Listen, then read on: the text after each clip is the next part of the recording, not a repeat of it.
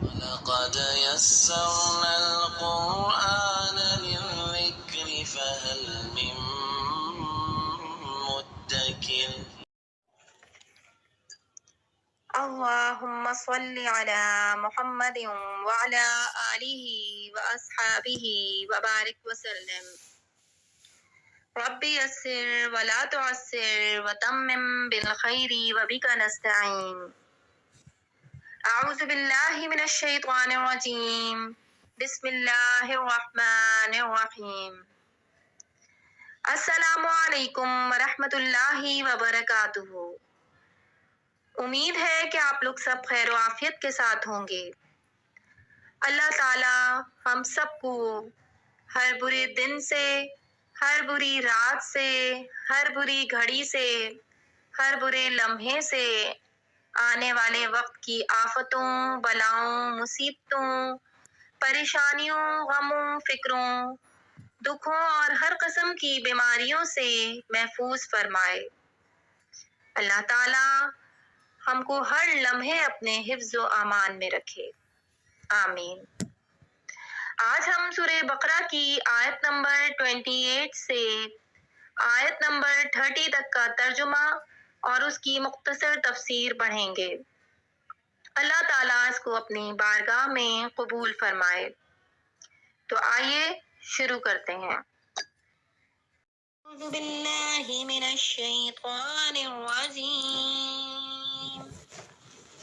بسم اللہ الرحمن الرحیم کیف تکفرون باللہ وکنتم امواتا فاحیاکم ثم یمیتکم ثم یحییکم ثم الیہ ترجعون۔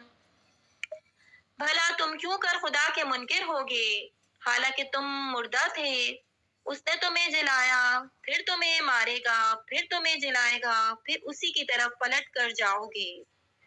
توحید و نبوت کے دلائل اور کفر و ایمان کی جزا و سزا ذکر کرنے کے بعد اللہ تعالیٰ نے اپنی خاص و عام نعمتوں کا اور قدرت کی نشانیوں کا ذکر فرمایا اور کفر کی خرابی اور برائی کو کافروں کے دلوں میں بٹھانے کے لیے انہیں خطاب کیا کہ تم کس طرح خدا کے منکر ہوتے ہو، حالانکہ تمہارا اپنا حال اللہ تعالیٰ پر ایمان لانے کا تقاضا کرتا ہے، کیونکہ تم بدن میں روح ڈالے جانے سے پہلے تمام مراحل میں مردہ تھے، یعنی کچھ نہ تھے۔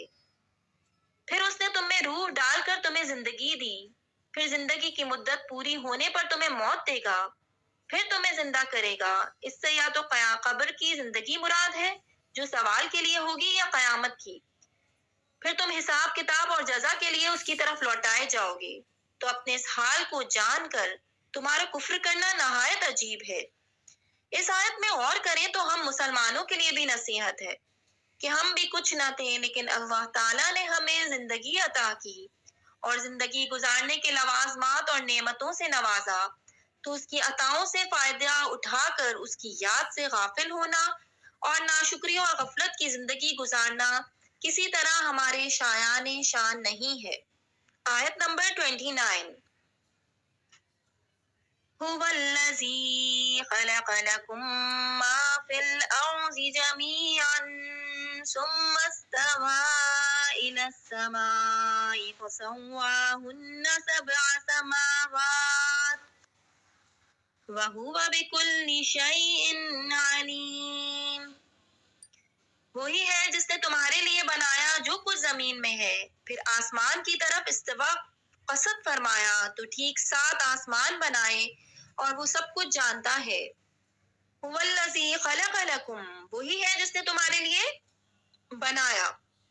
تمام انسانوں کو فرمایا گیا کہ زمین میں جو کچھ دریا، پہاڑ، کھیتی، سمندر وغیرہ ہے، سب کچھ اللہ تعالیٰ نے تمہارے دینی اور دنیاوی فائدے کے لیے بنایا ہے۔ دینی فائدہ تو یہ ہے کہ زمین کے عجائبات دیکھ کر تمہیں اللہ تعالیٰ کی حکمت و قدرت کی معرفت نصیب ہو، اور دنیاوی فائدہ یہ کہ دنیا کی چیزوں کو کھاؤ پیو اور اپنے کاموں میں لاؤ، جب تک اللہ تعالیٰ کی طرف سے کوئی ممانعت نہ ہو۔ تو ان نعمتوں کے باوجود تم کس طرح اللہ تعالیٰ کا انکار کر سکتے ہو؟ اس آیت سے معلوم ہوا کہ جس چیز سے اللہ تعالیٰ نے منع نہیں فرمایا وہ ہمارے لیے مباح و حلال ہے۔ وَهُوَ بِكُلِّ شَيْءٍ عَلِيمٌ، اور وہ ہر شے کا خوب علم رکھتا ہے۔ کائنات کی تخلیق اور اسے وجود میں لانا اللہ تعالیٰ کے کامل علم کی دلیل ہے، کیونکہ ایسی حکمت سے بھری مخلوق کا پیدا کرنا ایک ایک شے کا علم رکھے بغیر ممکن نہیں۔ کافر مرنے کے بعد زندہ ہونے کو ناممکن سمجھتے تھے۔ ان آیتوں میں کافروں کے اس عقیدے کے غلط و باطل ہونے پر ایک عظیم دلیل قائم کی گئی ہے کہ جب اللہ تعالیٰ قدرت و علم والا ہے تو موت کے بعد دوبارہ زندہ کرنا کیسے ناممکن ہو سکتا ہے۔ آیت نمبر 30۔ وَإِذْ قَالَ رَبُّكَ لِلْمَلَائِكَةِ إِنِّي جَاعِلٌ فِي الْأَرْضِ خَلِيفَةً قَالُوا أَتَجْعَلُ فِيهَا مَن يُفْسِدُ فِيهَا وَيَسْفِكُ الدِّمَاءَ وَنَحْنُ نُسَبِّحُ بِحَمْدِكَ وَنُقَدِّسُ لَكَ قَالَ إِنِّي أَعْلَمُ مَا لَا تَعْلَمُونَ۔ اور یاد کرو جب تمہارے رب نے فرشتوں سے فرمایا میں زمین میں اپنا نائب بنانے والا ہوں، بولے کیا ایسے کو نائب کرے گا جو اس میں فساد پھیلائے اور خون ریزیاں کرے، اور ہم تجھے سراہتے ہوئے تیری تسبیح کرتے اور تیری پاکی بولتے ہیں۔ فرمایا مجھے معلوم ہے جو تم نہیں جانتے۔ اور جب تمہارے رب نے فرشتوں سے فرمایا، حضرت آدم علیہ السلام اور فرشتوں کے واقعات پر ضمنی تبصرے سے پہلے ایک مرتبہ آیات کی روشنی میں واقعہ ذہن نشین کر لیں۔ واقعے کا خلاصہ یہ ہے کہ اللہ تعالیٰ نے حضرت آدم علیہ السلام کی تخلیق سے پہلے فرشتوں سے فرمایا کہ میں زمین میں ایک خلیفہ بنانے والا ہوں۔ اس پر فرشتوں نے عرض کی کہ اے اللہ عز و جل، کیا تو زمین میں اس کو نائب بنائے گا جو اس میں فساد پھیلائے گا اور خون بہائے گا، حالانکہ ہم ہر وقت تیری تسبیح و تحمید کرتے ہیں۔ اللہ تعالیٰ نے فرمایا جو مجھے معلوم ہے وہ تمہیں معلوم نہیں۔ پھر اللہ تعالیٰ نے حضرت آدم علیہ السلام کی تخلیق کے بعد انہیں تمام چیزوں کے نام سکھا دیے، اور پھر ان چیزوں کو فرشتوں کے سامنے پیش کر کے فرمایا کہ اگر تم اس بات میں سچے ہو کہ تم ہی خلافت کے مستحق ہو تو ان چیزوں کے نام بتاؤ۔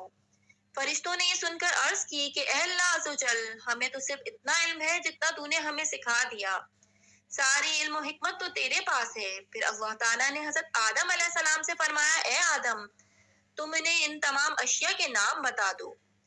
جب حضرت آدم علیہ السلام نے انہیں ان اشیاء کے نام بتا دیے تو اللہ تعالیٰ نے فرمایا اے فرشتوں، کیا میں نے تمہیں نہ کہا تھا کہ میں آسمانوں اور زمین کی تمام چھپی چیزیں جانتا ہوں اور میں تمہاری ظاہر اور پوشیدہ باتوں کو جانتا ہوں۔ انی جاعل فی الارض خلیفہ، میں زمین میں اپنا نائب بنانے والا ہوں۔ خلیفہ اسے کہتے ہیں جو احکامات جاری کرنے اور دیگر اختیارات میں اصل کا نائب ہوتا ہے۔ اگرچہ تمام انبیاء علیہ الصلاۃ والسلام اللہ تعالیٰ کے خلیفہ ہیں، لیکن یہاں خلیفہ سے حضرت آدم علیہ الصلاۃ والسلام مراد ہے، اور فرشتوں کو حضرت آدم علیہ السلام کی خلافت کی خبر اس لیے دی گئی کہ ان کے خلیفہ بنائے جانے کی حکمت دریافت کر لیں اور ان پر خلیفہ کی عظمت و شان ظاہر ہو کہ ان کو پیدائش سے پہلے ہی خلیفہ کا لقب عطا کر دیا گیا ہے اور آسمان والوں کو ان کی پیدائش کی بشارت دی گئی۔ أَتَجْعَلُ فِيهَا مَن يُفْسِدُ فِيهَا، کیا تو زمین میں اسے نائب بنائے گا جو اس میں فساد پھیلائے گا؟ اس کلام سے فرشتوں کا مقصد اعتراض کرنا نہ تھا، بلکہ اس سے اپنے تعجب کا اظہار اور خلیفہ بنانے کی حکمت دریافت کرنا تھا۔ انی اعلم، بے شک میں زیادہ جانتا ہوں۔ فرشتوں کے جواب میں اللہ تعالیٰ نے فرمایا کہ جو میں جانتا ہوں وہ تم نہیں جانتے، کیونکہ خلیفہ بنانے میں میری حکمتیں تم پر ظاہر نہیں۔ بات یہ ہے کہ انہی انسانوں میں انبیاء بھی ہوں گے، اولیاء بھی اور علماء بھی، اور یہ حضرات علمی و عملی دونوں فضیلتوں کے جامع ہوں گے۔ آج ہم نے سورہ بقرہ کی آیت نمبر 28 سے آیت نمبر 30 تک کا ترجمہ اور اس کی تفسیر پڑھی۔ اللہ تعالی ہمیں قرآن کو پڑھنے، سمجھنے اور اس پر عمل کرنے کی توفیق عطا فرمائے۔ آمین۔